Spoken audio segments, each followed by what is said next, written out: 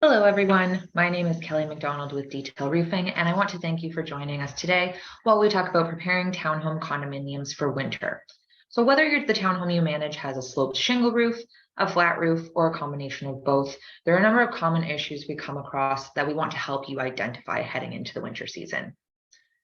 So unfortunately, we're getting closer and closer to our long, cold season where we're bound to see a lot of heavy snow accumulation, freezing temperatures, really vast temperature fluctuations from one day to the next, and a number of winter storms, all of which can add a tremendous amount of stress to the roof system, no matter which type of roof system you have at your townhome condominium. So what we want to take a look at is some of these most common issues and whether or not these items are preventable, and if there's anything that you can be doing ahead of winter to help mitigate any potential damages. By looking at some of the most common issues and what should be addressed ahead of winter, we're hoping to help you prevent any interior leaks, pest infiltration, ice damming, and hazards from slips and falls. So to get started, probably one of the more obvious items that we're going to look at today would be areas of large or critical shingle damages. These are probably one of the more easy items to identify because it's generally something that you can see from ground level, depending on the height and the slope of the roof surface.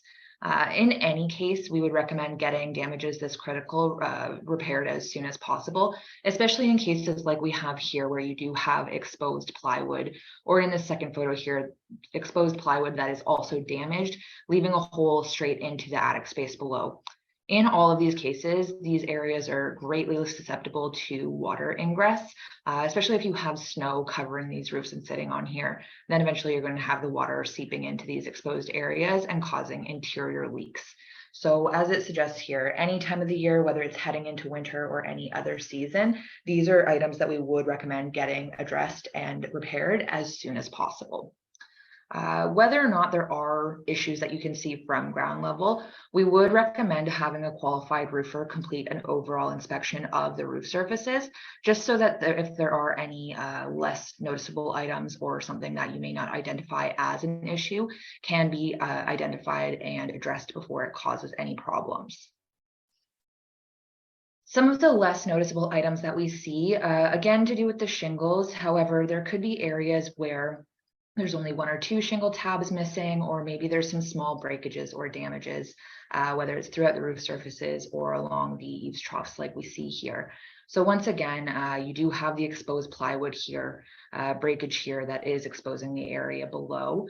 So whether there is periods of heavy rain or if there is ice and snow sitting on the roof surfaces or along the eaves troughs here, it is just allowing water to get into these areas and potentially cause leaks or other damages to the roof surfaces or into the home itself. Something that we see far too often that you may not know is an issue, or again, may not be able to identify from ground level, is exposed nail heads. So no matter what type of shingles are being installed, or no matter who manufactures the shingles, all bundles of shingles have the guidelines for the installation on the actual bundle itself. And in each one of them, it does stipulate that the nail heads should be underneath the shingle tab below and shouldn't be exposed like we see here.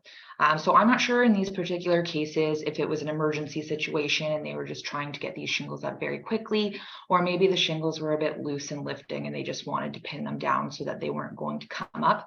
However, either way, having these nail heads exposed, especially in cases where they aren't sealed with any sort of caulking or any liquid detailer, they're just leaving these exposed to potential water infiltration. So if these aren't nailed in all the way, if they do start to lift over time, if they start to rust and corrode, then that's just a hole straight into the attic space and a potential leak issue.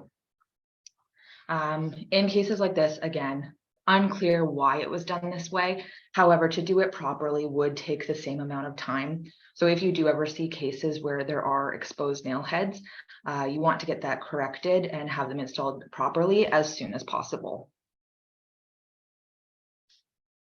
So again, potential reason why somebody might install nail heads on top of the shingles could be because the shingles are loose and lifting.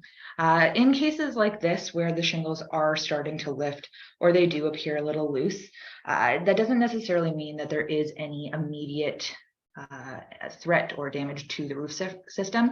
However, if a high wind comes along, there is a greater potential for these shingles to come off entirely, either leaving the area exposed or damaging the roof shingles throughout. So as a proactive measure, we would recommend adding some reinforcement to these shingles to have them down flat to the roof surface. So two options here. We would either recommend that you have somebody apply a compatible roofing adhesive to the underside of the shingle just to re-adhere it and keep it down. Alternatively, you could also have the lifting shingles removed and have new areas of shingles installed to replace where they are loose and lifting. Just again, keep that last slide in mind and ensure that nail heads are not being installed directly into the shingle and leaving them exposed. So especially this time of year when our little furry friends are trying to find a nice warm place to hibernate through the winter, we do see a number of damaged vents. Vents could also be damaged or missing from severe windstorms, which we tend to see a lot of, especially in this last year. So whether it is a case of the vent missing entirely, or even if it is just a smaller area of damage like we see in this photo here, we would recommend having these replaced with new vents as soon as possible, just to mitigate any potential pest infiltration issues or any leak issues. So depending on what type of vent is missing or damaged, not all of these vents have an interior connection in the attic. So like these two AF50 vents that we see here would not have an interior connection, meaning that even though a pest may not be able to get into this photo because of the wiring that's installed, there's still a big opening where any water can get in and just be sitting inside the attic. Same in this case here, or in this one where the ridge vent is missing. So in any of these cases, we would recommend, again, having the vent replaced as soon as possible. And in any cases where there is known or potential pest infiltration in the attic, we would always recommend having pest control go in and take a look first, just to confirm that if there are any animals living inside the attic space, that they are safely removed, or if there are any contaminants from animals that have been in there, again, they are safely removed by professionals, so they don't cause any issues to the homeowners.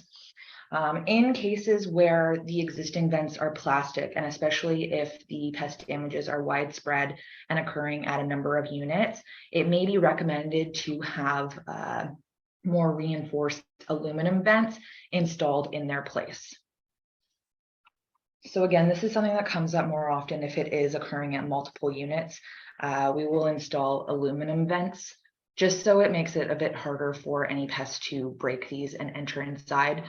And then they won't be so happy, but your unit owners will be. So along with checking the roof surfaces throughout any townhome condominium complex, we would also recommend just taking an overall look at the exterior, taking a walk around to confirm if there are any loose, detached, or damaged areas that may need to be addressed. So most commonly, this would be involving the metal flashing or fascia, any metal or vinyl siding, and any soffits. So again, it's going to have different effects depending on what it is that's missing, detached, or damaged.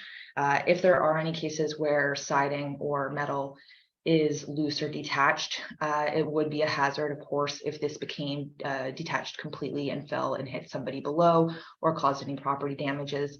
And then again, similar to the shingles that we looked at before, any areas where there is exposed plywood, if this is left exposed, then it is susceptible to leaks if it does get any water entry here, or if any snow is built up along.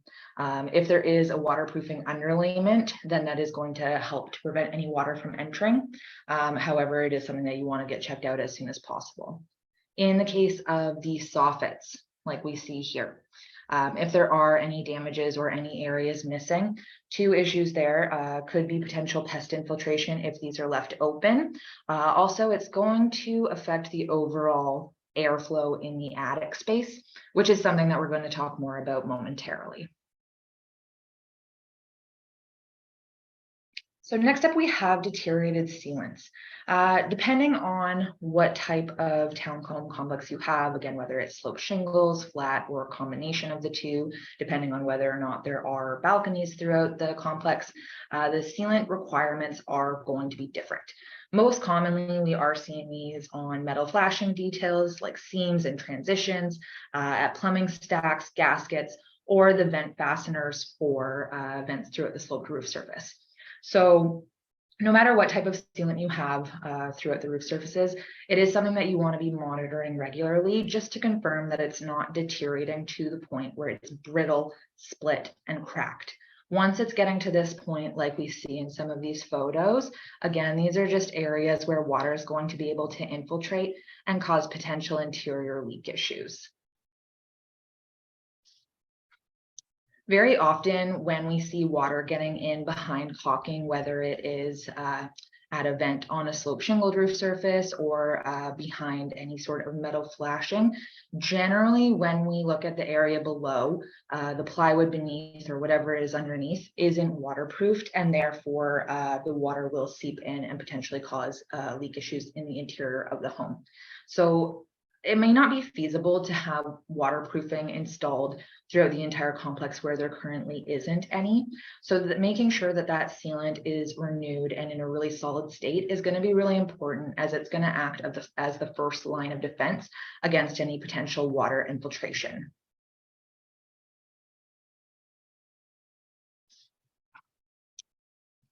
So this is something that we tend to see more often on flat roof surfaces. However, sometimes we do see it on sloped roofs with a low slope, especially in areas where there is a lot of tree coverage, and that is really heavy roof surface debris.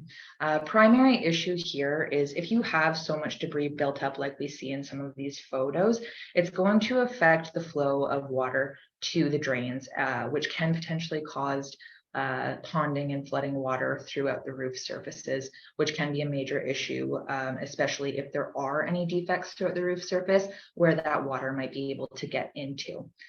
You also don't want any of this heavy debris to be freezing and potentially adhering to the roof surface. Definitely don't want to be removing it once it's started to freeze, as damages can occur to the roof system itself, depending on what type of roof system it is.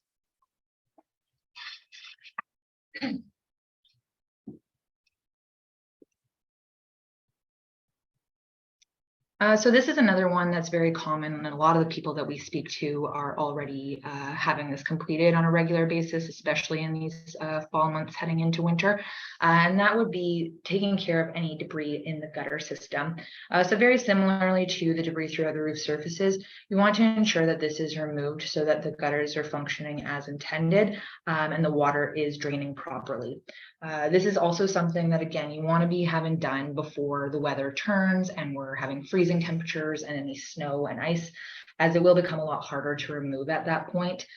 We have seen several cases where, unless it's done over a course of a number of days and an ice melt is applied, then the leaf debris and other debris left over does get a bit stuck in the gutter system, which can cause some blockages heading into the winter months.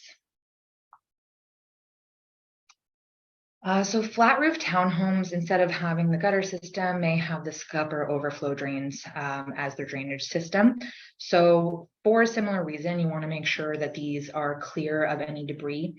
We've also very commonly seen nesting happening in these drainage systems. So making sure that they are clear, that the water is going to flow off the roof system into the overflow drain and down the downspout as intended, just to, again, prevent any flooding or ponding water throughout the roof surfaces.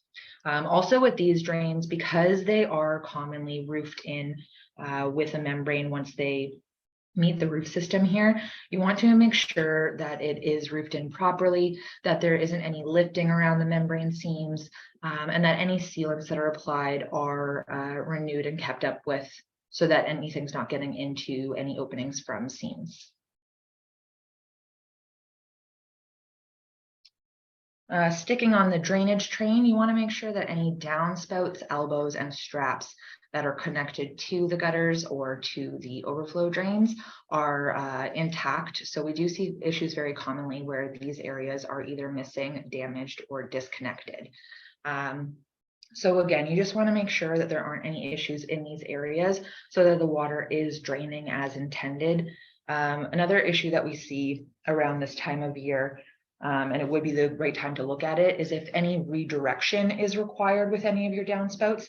So if there are any cases where the existing output of the water from the downspout is in an area where there is high traffic and it's causing a lot of ice buildup when the water is draining, it might be something that you want to look at redirecting just so it's not going to cause any hazards throughout the winter months.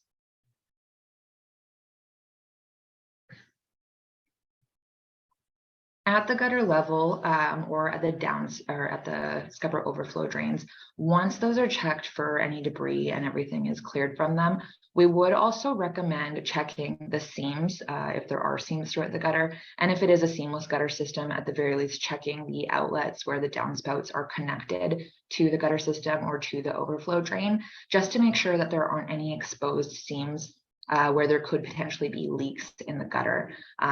This has a very low chance of causing any interior damages or interior leaks. However, we do very often see cases where the leak from the gutter is causing issues in the winter because it's dropping in areas and freezing and causing slip hazards for the residents. So again, just checking those seams to make sure that if there is an existing sealant, that it's not deteriorated like some of the caulking that we saw earlier, and making sure that if there is no sealant there and the seam is exposed, that it isn't open or leaving any sort of opening for water to infiltrate and cause the leak below. So a question that we've seen several times over the years is whether or not gutter debris causes ice damming or whether it contributes to ice damming. So when it comes to ice damming, the recipe here actually has a lot to do with interior attic airflow.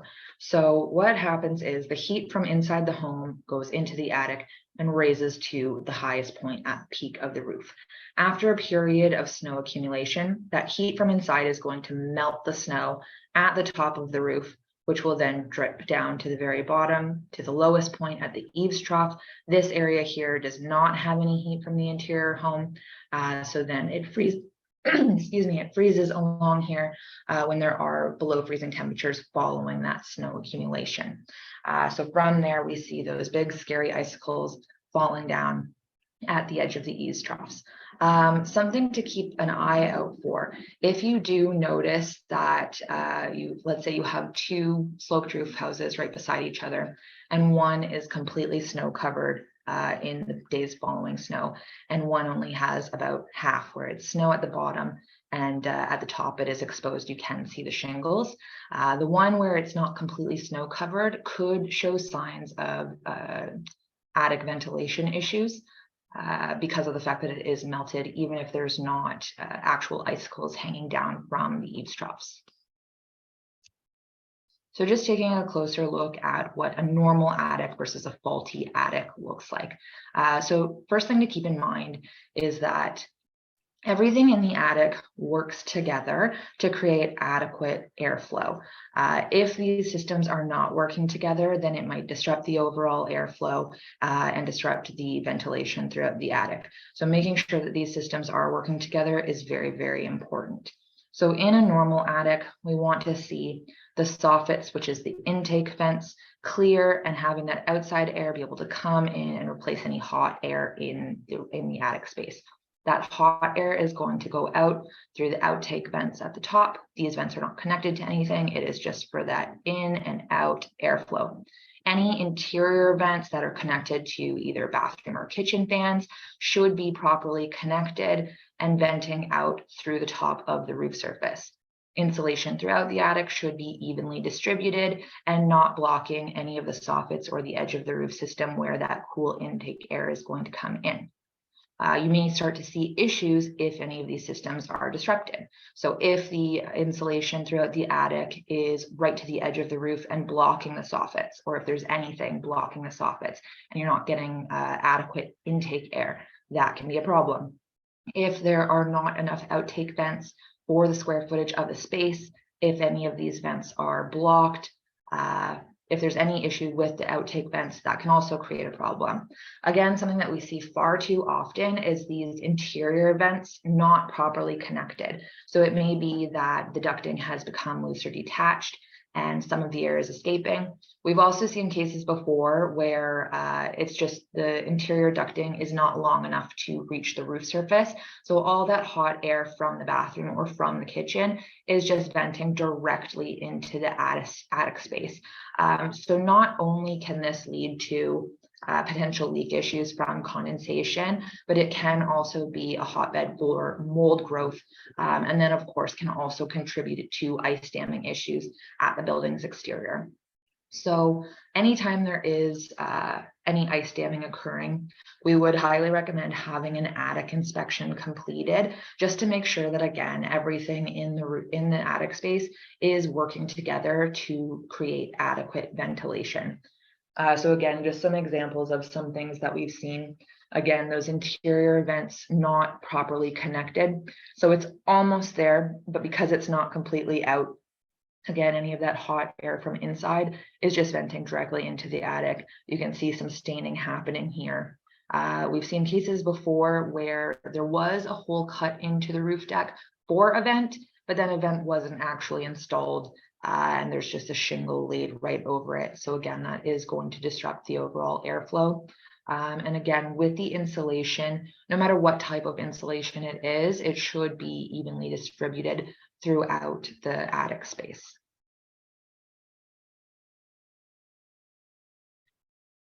So the final item that we're going to be looking at here would be any roof penetrations. So especially on flat roof condominiums, we do see a very high number of roof penetrations, especially if it's a case where it's a stacked townhome and the items on the roof might be for multiple units below. So roof penetrations are one of the most common contributing factors we see when it comes to leaks. The area at the bases here, if it's not properly sealed, can be a very weak point, especially in the winter months when you're getting that temperature fluctuation and the expansion and contraction of the membrane. So we would highly recommend having the bases of the penetrations throughout the roof system sealed. In cases like this, where there are hundreds and hundreds of vents throughout these roof surfaces, it may not be feasible to complete all of the sealing of the bases in 1 year. It really is going to depend on the corporation's budget. However, it is something that you can take a look at completing in phases, beginning with the most critical locations and then going from there. So leaks can't always be predicted before they happen. However, the best chance of getting ahead of them and mitigating the damages that they can cause is by completing regular inspections or maintenance. We've seen far too many cases where the roofs that we're taking a look at while we're completing a leaks are in very poor condition and there's no maintenance being completed on these roof surfaces. So we see a number of issues like we're going to look at for a second here. So at this particular unit that we took a look at last winter, they were having leaks in multiple areas of the home. So first we had the first floor here. There were leaks occurring in the kitchen coming through the cabinetry. You can see some buckets placed on the countertops here to catch the falling water. Again, on the first floor, some really severe bubbling, and you can see active water coming down the walls on the first floor. On the second floor, there was a bit of staining where the drywall met the ceiling here. When that area was cut, again, active water dripping down the walls behind. So once we got up on the roof surface to take a look at what was going on, there was a lot. There were a lot of issues happening throughout. So the area was snow covered, so that snow was sitting there seeping into all these different areas.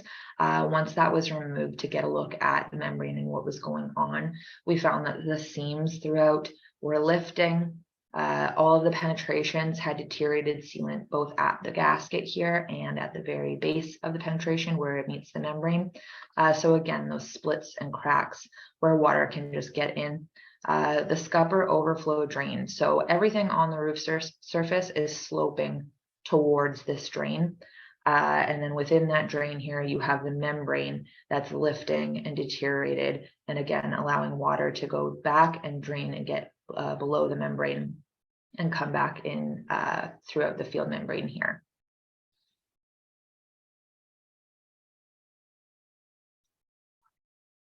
So just to summarize and provide a bit of a checklist so that you're able to identify some areas that may be an issue on your townhome condominium.